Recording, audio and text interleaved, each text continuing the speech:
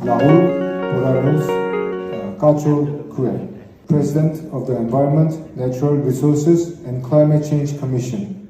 Thank you very much, honorable speakers and fellow parliamentarians, ladies and gentlemen.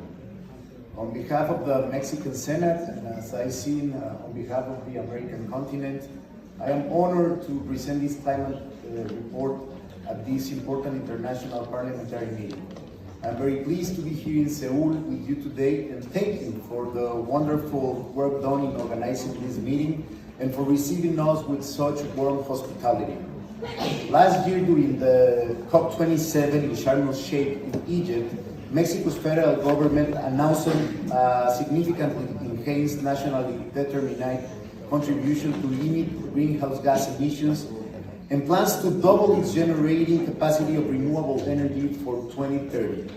The submission includes an unconditional emissions reduction target from business as usual by up to 35% in 2030 for all greenhouse gases, up from a previous 22% emissions reduction target. It specifies that 30% of the reduction is to be achieved with own resources and the additional 5% with already agreed international cooperation and finance for clean energies. The NDC update also includes a climate target conditional to international support to reduce up the 40% emissions from EAU in 2030. Mexico's NDC includes some conditional and conditional targets to reduce black carbon emissions, which has substantial benefits for human health. The NDC also supports plans to reduce methane emissions in Mexican oil and gas sector.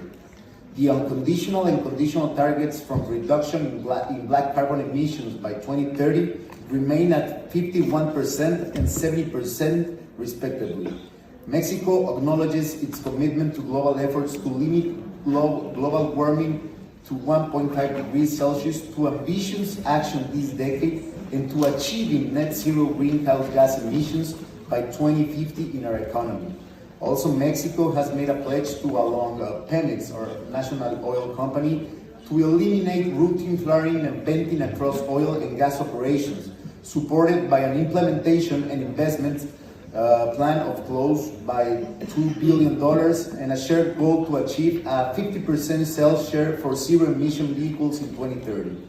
The Mexican government announced its intention to deploy more than 30 additional gigawatts of combined wind, solar, and geothermal and hydroelectric capacity by 2030, reaching more than 40 gigawatts of combined wind and solar energy. I would also like to underline the important announcement that the President of Mexico did during the Major Economies Forum on Energy and Climate Change last year about our commitment in the fight against climate change. Mexico presented to the nations and peoples of the world 10 actions we are taking in the fight against climate change. The first one, a project to modernize 16 hydroelectric plants is underway, which will increase clean energy production by 2,085 gigawatts per year. Second, the Pemex, the national company, will allocate $2 billion of its own resources and international financing at special rates to invest in reducing methane gas emissions. Third, we have also joined the collective commitment of the world's leading economies to achieve a goal of producing 50% zero emissions vehicles by 2030. Fourth, a solar photovoltaic package with a generation capacity of 1,000 megawatts in Puerto Peñasco, Sonora, Mexico. The Mexican government talks with 17 U.S. energy companies and committed to guarantee investments that will generate around 1,854 megawatts of solar energy and wind energy.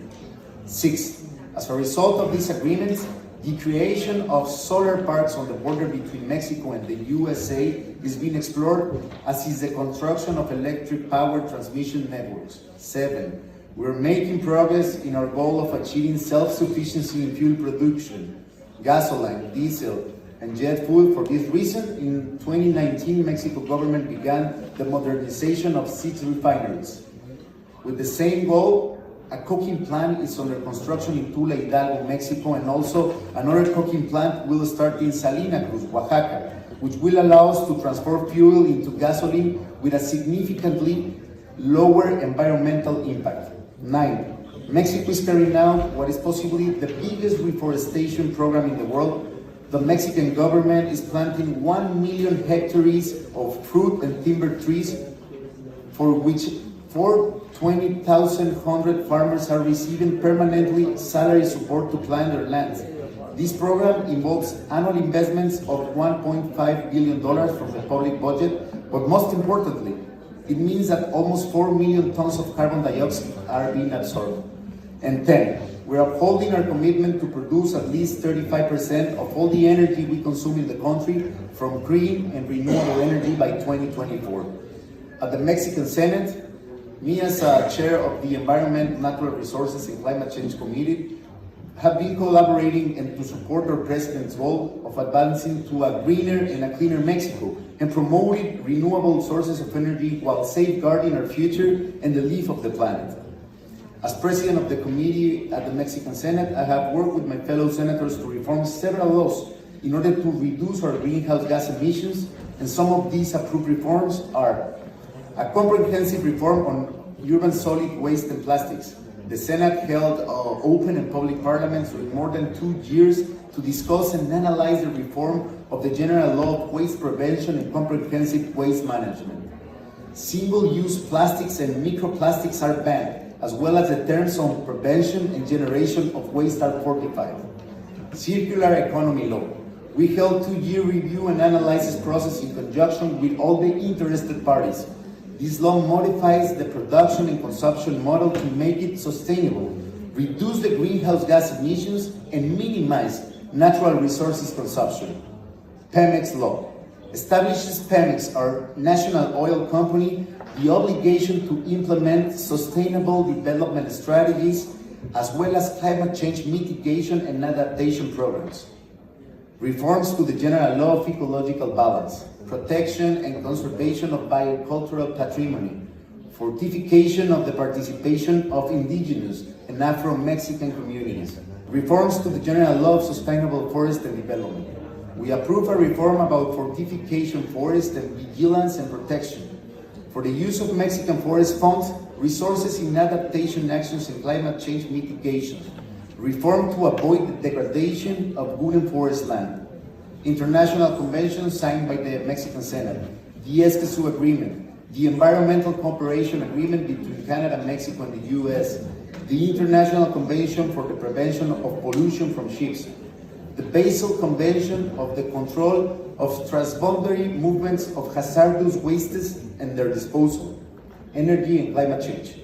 Reforms to the General Law of Climate Change to incorporate the new Mexican emission reductions goal announced during the COP27 in Egypt as a binding commitment for the Mexican government. Reform to use organic waste as an energy source. Fortification of public laws regarding hybrid and electric cars.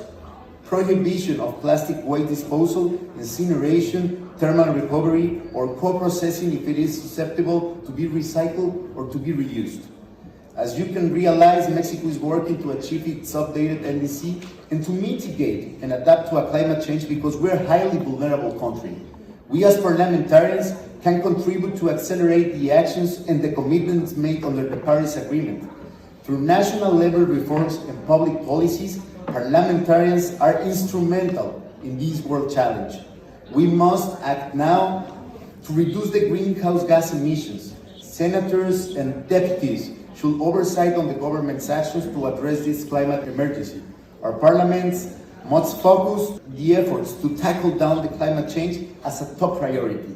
I am certain that this event will promote bilateral, regional, and international parliamentary engagement and the exchange of good practices and lessons learned on addressing the climate change emergency and the opportunities for green growth. I look forward to the successful dialogue that will take place during this conference, and I hope that our statements inspire stronger parliamentary action on climate change for a more sustainable life and for a more sustainable world. Thank you very much.